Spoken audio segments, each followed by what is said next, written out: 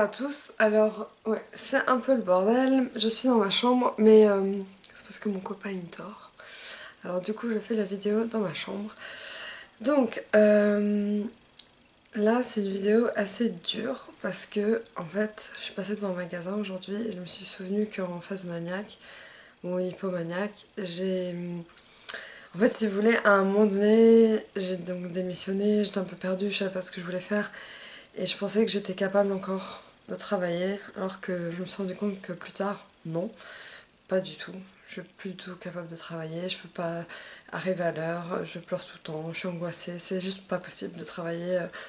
Personnellement, hein, je dis pas que tous les bipolaires ne peuvent pas travailler, je dis que personnellement, moi, à l'âge de 30 ans, j'ai fait 10 ans de carrière. Là, j'en peux plus. Donc, à cette époque-là, j'ai commencé à rechercher un autre travail. Et j'ai postulé dans littéralement tous les magasins de Strasbourg. Tous. J'ai imprimé des milliers de CV et je suis allée dans toutes les boutiques. Mais la pire chose qui me soit arrivée, je pense qu'il y en a deux, mais la pire c'est que... Ah, il y a une alarme dehors. On me dise que enfin, une sorte d'ex-ami pas très gentil m'aurait dit que donc la boutique à côté d'elle en fait avait dit qu'il y avait une folle qui est arrivée qui parlait anglais ou je sais pas quoi, enfin, bref, donc c'était moi en fait. Euh, Ensuite une autre honte c'était dans la boutique Cartier, j'étais rentrée, j'avais déposé mon CV, bon ça va, sauf que je remarche dans la rue quelques jours après, je vois le même monsieur qui parle à des gens. Donc j'ai interrompu leur conversation pour dire ah oui j'ai donné mon CV, je n'ai pas eu de retour et en fait il savait pas comment réagir et pour être poli il a juste dit ah non on cherche personne. Mais j'avais l'air complètement à l'ouest quoi. Comme quand on est maniaque on est complètement dans tous les sens. Et j'ai eu que des hontes sur honte sur honte où j'étais à 1000 à l'heure en entretien, je tenais pas en place, je tombais dans les escaliers, enfin que des hontes, des hontes, des hontes.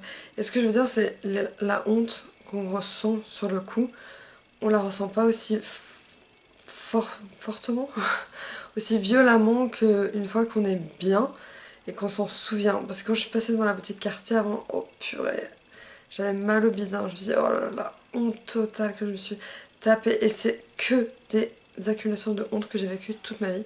Et c'est juste pour vous dire que vous n'êtes pas tout seul, vous n'êtes pas tout seul à vous foutre des hontes. Moi, je m'en suis foutu des milliards. Et ce que j'essaie de me dire, c'est que, encore une fois, tout ce qui m'est arrivé, c'est pour une raison. Et je suis arrivée ici, à cet endroit de ma vie que j'aime, que j'adore. Et je ne serais pas arrivée là s'il ne serait pas passé tout ça. Donc c'est comme ça que j'arrive à me raisonner. Même si c'est dur, on passe à côté d'endroits qui nous font mal, on se souvient de certaines choses et donc c'est dur. Donc voilà, je voulais juste vous faire part de la honte totale de ce que c'est être hypomaniaque ou maniaque. Voilà. Gros bisous. Bye.